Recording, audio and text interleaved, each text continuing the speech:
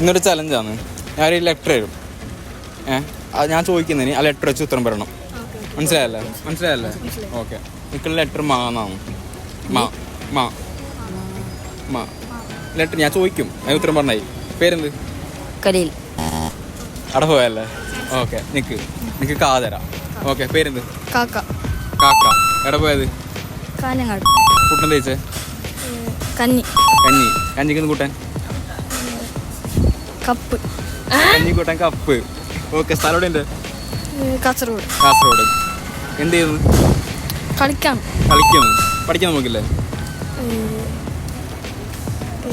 കളിക്കാൻ കഴിഞ്ഞില്ല.